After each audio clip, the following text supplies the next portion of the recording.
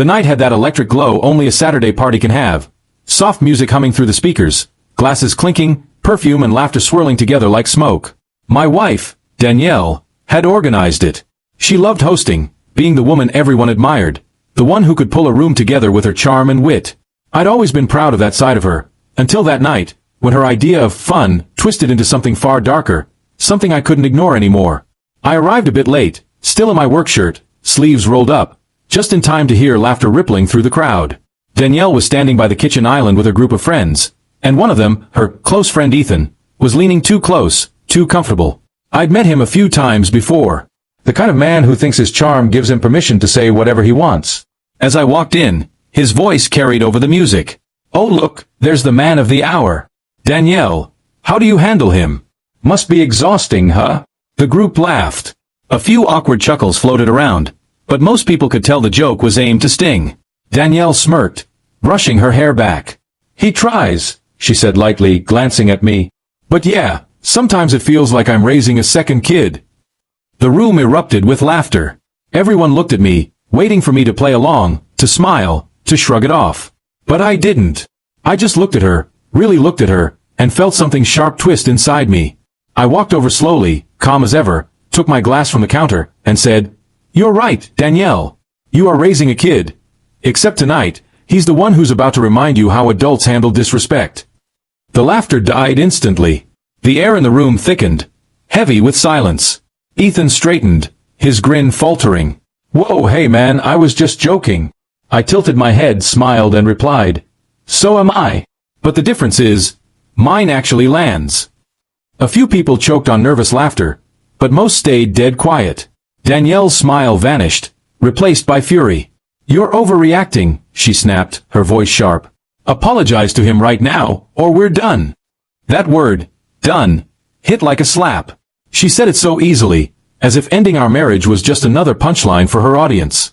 I stared at her for a long, quiet moment. Then I set my drink down, straightened up, and said evenly, "Okay."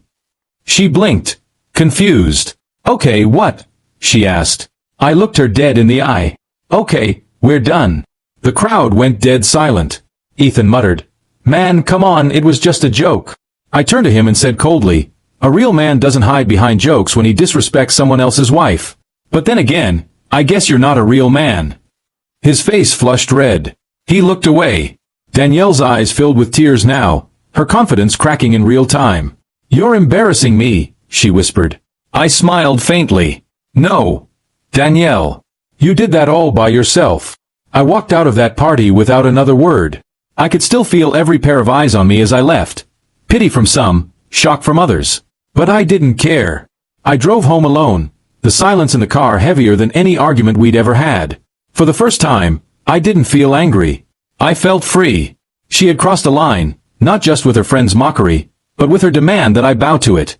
That night, something inside me shut off completely. An hour later, she came home. The party had died without her laughter to hold it together. She was crying, makeup smeared, heels in her hand. "You can't just leave like that," she said, voice trembling. I didn't look up from the document I was reading, our bank account summary. "Actually," I said quietly, "I can. And I already did." She froze, realizing I wasn't bluffing. "You don't mean this," she whispered. I looked at her and said, "You told me to apologize or we're done. You made the choice for both of us." She dropped to her knees, sobbing.